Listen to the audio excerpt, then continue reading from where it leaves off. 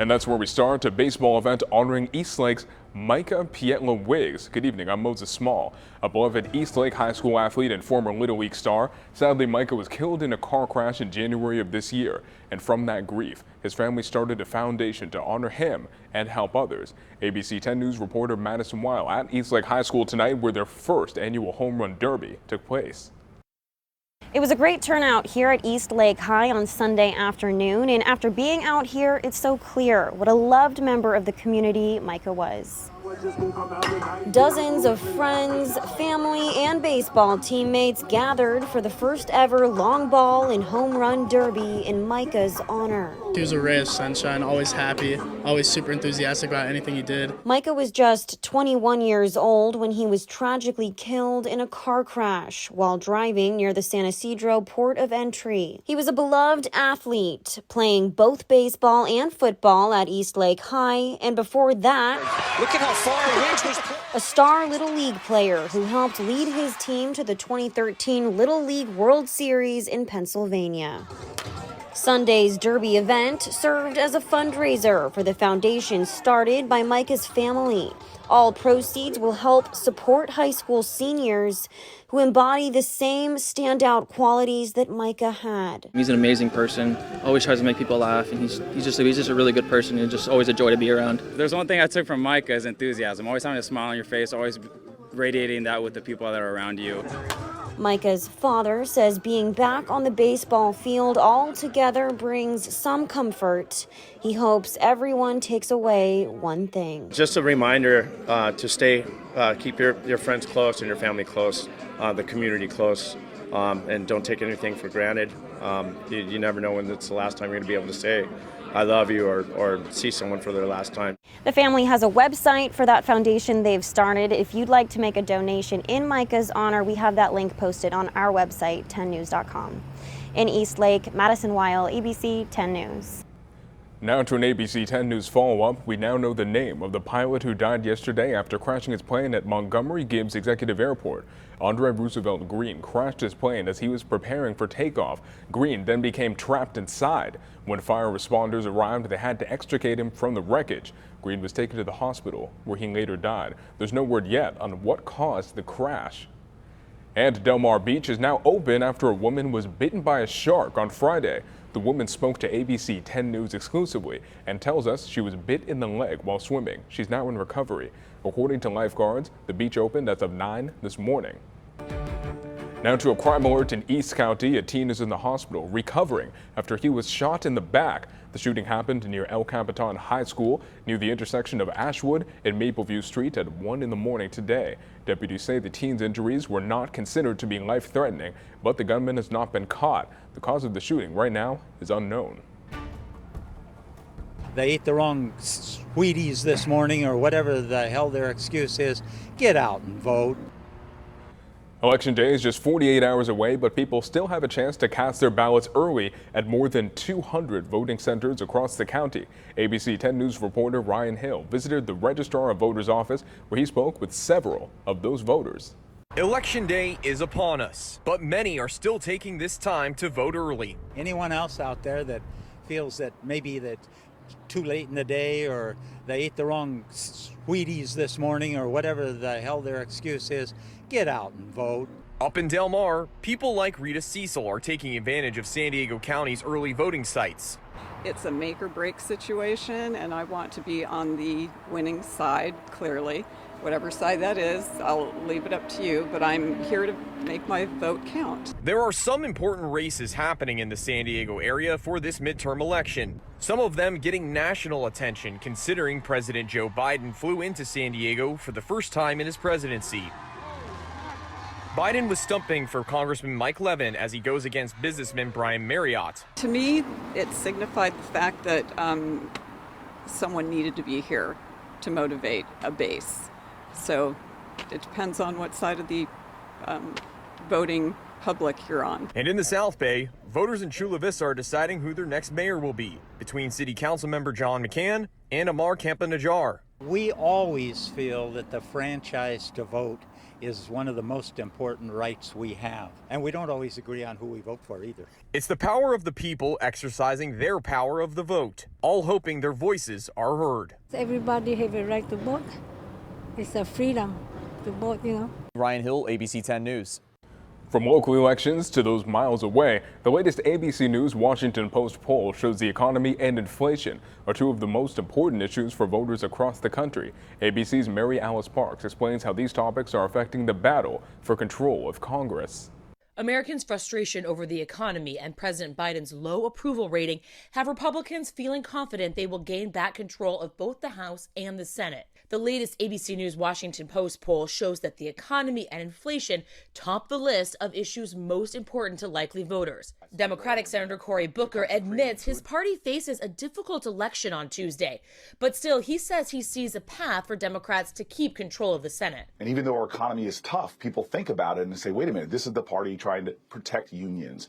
This is the party that made sure we did things to lower prescription drug costs and lower health care costs. But Virginia's Republican Governor Glenn Youngkin believes voters will send a wake-up call to the president and elect Republicans to regain full control of both chambers of Congress. I hope that President Biden sees what Americans are gonna say to him on Tuesday, which is we're not happy and we need a different agenda. Pennsylvania is one of the battleground states that could decide which party controls the Senate, both sides sending in some political star power. President Biden and former President Obama joining forces at a rally for Democratic Senate candidate John Fetterman and gubernatorial candidate Josh Shapiro. Truth and facts and logic and reason and basic decency are on the ballot. Former President Trump campaigning for the Republican ticket in Pennsylvania, Doug Mastriano running for governor, and Senate candidate Dr. Mehmet Oz. If you want to stop the destruction of our country and save the American dream, then this Tuesday you must vote Republican. Americans are turning out, and that has Democrats feeling optimistic. The number of early ballots cast has surpassed the number of early voters during the last midterm election in 2018. Mary Alice Parks, ABC News, Washington. Happening tomorrow, city and county leaders will hold a roundtable to discuss homelessness amongst veterans. During tomorrow's event, 3 formerly homeless San Diego veterans will share their stories with hopes to invoke change on how unsheltered veterans get help. We hope to bring you updates from tomorrow's event. And still to come, Iran making a revelation about the war in Ukraine, claiming they did supply Russia with drones. The reason President Zelensky says Iran is lying next. Plus, inaction is myopic and can only defer climate catastrophe. the fight against climate change at center stage as global leaders work to find new ways to save our planet. The last 2 Super Bowl winners square off, and it goes down to the final seconds. That and the building excitement for Aztecs basketball season at 11:30 on Virgin Hotels Las Vegas Sports Extra. Turning now overseas to the crisis in Ukraine. For the first time, Iran is now admitting that it did supply drones to Russia, but Iranian officials say they did it before the start of the war. Those drones have been blamed for recent attacks on critical infrastructure. ABC's Tom Sufi Burridge is in Kyiv tonight. Tonight, a stunning reversal from Iran, admitting it has supplied Russia with killer drones, which have terrorized Ukrainian cities for weeks. But Iran claiming it sent those drones before Vladimir Putin's full-scale invasion. Ukraine's President Zelensky saying Iran is lying. The drones slamming into dozens of power stations, leaving 4.5 million homes without electricity. Без тепла, без електрики, без водопостачання. Kiev's mayor today warning residents to be prepared to evacuate from the city in case there is a total loss of power, heat and water. This is what downtown Kiev looks like every night. The street lights are off and there are rolling blackouts throughout this city. Tonight, darkness in the Kuzmenko family home. We met them just earlier when the lights were on. Eliza is 16. We can't cook without light, we can't work, study. On the battlefield, Ukraine now only making incremental gains, with the US reportedly asking for a change of tone from Zelensky. The Washington Post saying the Biden administration is privately encouraging Ukraine to at least keep the door open for future peace talks with Vladimir Putin. Tom Sufi-Burridge, ABC News, Kiev, Ukraine. Delegates from nearly 200 countries kicked off the UN Climate Summit in Egypt today with their goal to implement change to tackle the climate crisis. The outgoing chair of the talks said countries have made considerable progress, including getting more ambitious targets for cutting emissions and pledging to phase out the use of coal.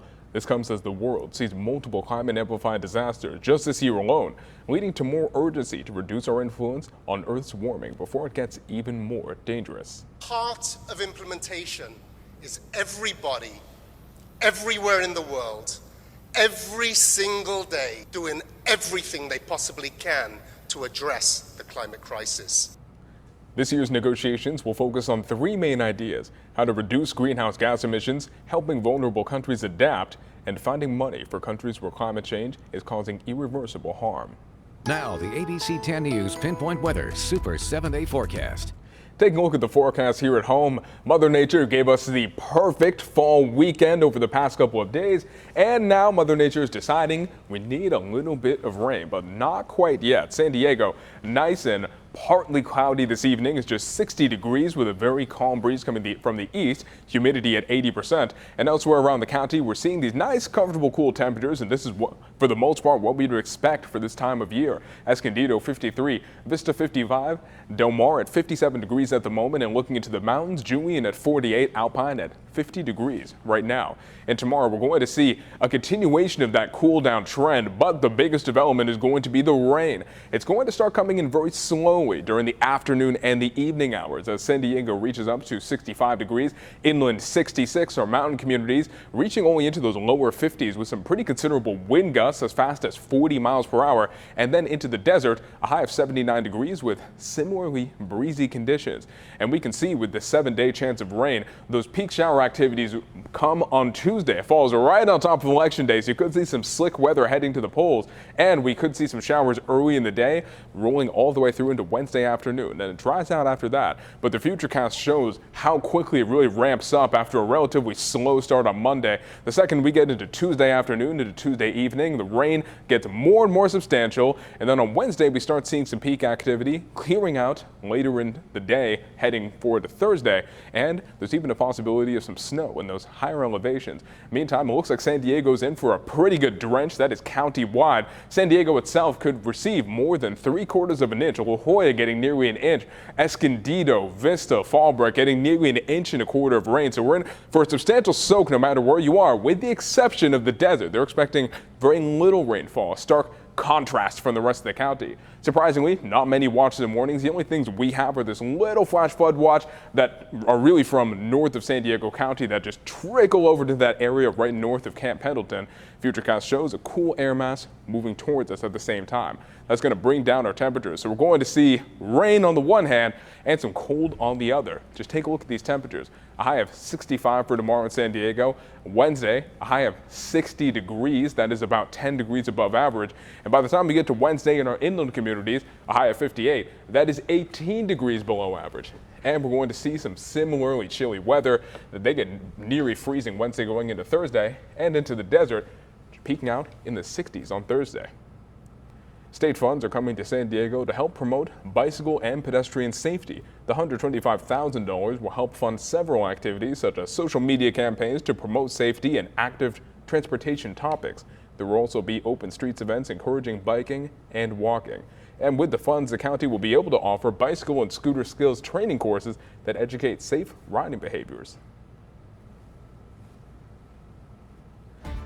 Survivors and supporters taking over Balboa Park as they fight to end breast cancer. Skycam Views, sponsored by Carlsbad Solar. The mission to end breast cancer continues. Today, 6,000 San Diegans packed Balboa Park for the Susan G. Komen More Than Pink Walk. Among the crowd were survivors and loved ones hoping to raise breast cancer awareness. Marilee McNeil, a survivor, tells ABC 10 News her and her team have raised $500,000. But it's not just how much money that can make a difference. McNeil also encourages all women to get checked. Sometimes diseases and illnesses are obvious, but breast cancer is not obvious. So I had no symptoms. And so every year I've been getting a mammogram, and from one year to the next, there was changes that I didn't even know about. If you couldn't attend today's event, you can still donate to the Susan G. Komen Foundation. Meantime, a new type of antibiotic to treat urinary tract infections will soon be submitted for FDA approval ahead of schedule. That's a big deal because it's the first antibiotic developed for UTIs in more than 20 years. The new antibiotic is a pill called gepotidacin. The drug maker GSK says it will prepare its findings for publication in a medical journal and submit its data to the FDA for approval next year. That's about a year ahead of the study's anticipated completion date. New antibiotics are desperately needed because over time, many kinds of bacteria have become resistant to the agents used to treat them. And a new study out of Australia suggests picking your nose could increase your risk of developing Alzheimer's disease. Griffith University researchers published the study in the journal Scientific Reports after examining the ability of bacteria to travel up the nose and into the brain in mice. Researchers say the cells in the brain respond to the bacteria by creating markers that are a telltale sign of Alzheimer's disease. The scientists are now working to prove the same pathway exists in humans. They are warning that picking your nose can damage the nose's lining, and that could increase how many bacteria travel that path to the brain. A Texas man wins big after the Houston Astros win the World Series. What he plans to do with $75 million next. The Powerball jackpot just keeps getting bigger after no one won last night's drawing of $1.6 billion. But one Encinitas resident did match 5 of those numbers, only missing the Powerball. That ticket was worth more than $1 million, and that ticket was sold at a Rite Aid pharmacy. 2 others in Northern California also matched the 5 numbers, but not the Powerball. The next drawing is tomorrow. That jackpot now estimated at $1.9 billion.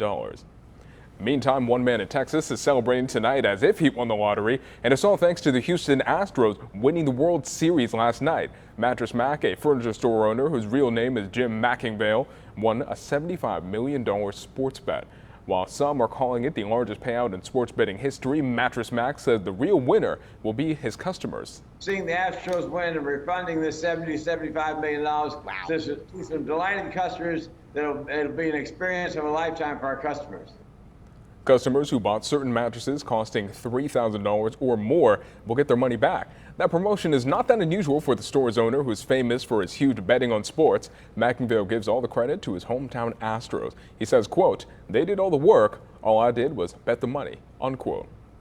And the Chargers try to fumble away a victory, only to get a surprise gift in Atlanta. That's coming up.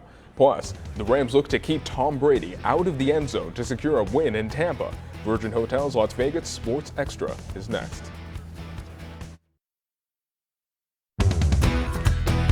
Now, the Virgin Hotels Las Vegas Sports Extra. It's the eve of what appears to be an incredibly promising college basketball season at San Diego State. Welcome to the show. I'm Ben Higgins. We'll take a closer look at the 19th ranked Aztecs in a couple of minutes. But first, no one expected that when the last 2 Super Bowl champions met in Week 9 of this NFL season, both would have losing records, but that was the case for the Rams and Bucks today, making it a pretty crucial game for both teams. Down 3-0 in the second quarter, the Rams would take the lead with their most tried and true combination, Matthew Stafford to Cooper Kupp, who races 69 yards for the touchdown. That was enough for the Rams to hold the lead until the fourth quarter, trying to keep Tom Brady out of the end zone with less than 2 minutes to go, and the Rams get the stop on the incompletion on 4th down. But the Bucks would get another chance, driving to the 1 with 13 seconds left, and this time Brady comes through. He finds Cade Otton as the only touchdown of the game for the Bucks as the game winner. 16-13 the final. Rams have lost 4 of their past 5, while the Bucks snap a 3-game skid. We needed it. We needed it. We got it. We fought to the end. Defense played great. Made some plays offensively. You know, we've got to really figure out a lot of different things to be able to do, and we got to, you know, whether it's different players, whether it's different scheme, different things like that, but this is not good enough, and I have to do better too. All right, wild ending in Atlanta where the Falcons hosted the Chargers. Tied at 17. Chargers trying to set up a potential game-winning field goal in the final minute when Austin Eckler loses the football. It's picked up by Falcons defensive lineman Taquan Graham. He rumbles the other way, then drops the football. Chargers recover the fumble. One play later, they'd be back in field goal range for kicker Cameron Dicker, who signed this week as an injury replacement, and he drills the 37-yard game winner as the Chargers pull one out. 2017, the win over the Falcons. Raiders trying to find some momentum in Jacksonville. Looked good early. The fake end around, and Derek Carr finds Devontae Adams deep for his second touchdown of the game. 17-0 Las Vegas, but the Jaguars would come all the way back. First play of the fourth quarter, Jacksonville takes the lead on Travis Etienne's second touchdown run. A pair of final drives for the Raiders both fell short as the Jags rally for a 27-20 win. Well, a win over UNLV yesterday has San Diego State just a victory away from bowl eligibility. And while it may be the famous Idaho Potato Bowl or the New Mexico Bowl in the Aztecs' future, it's better than the alternative.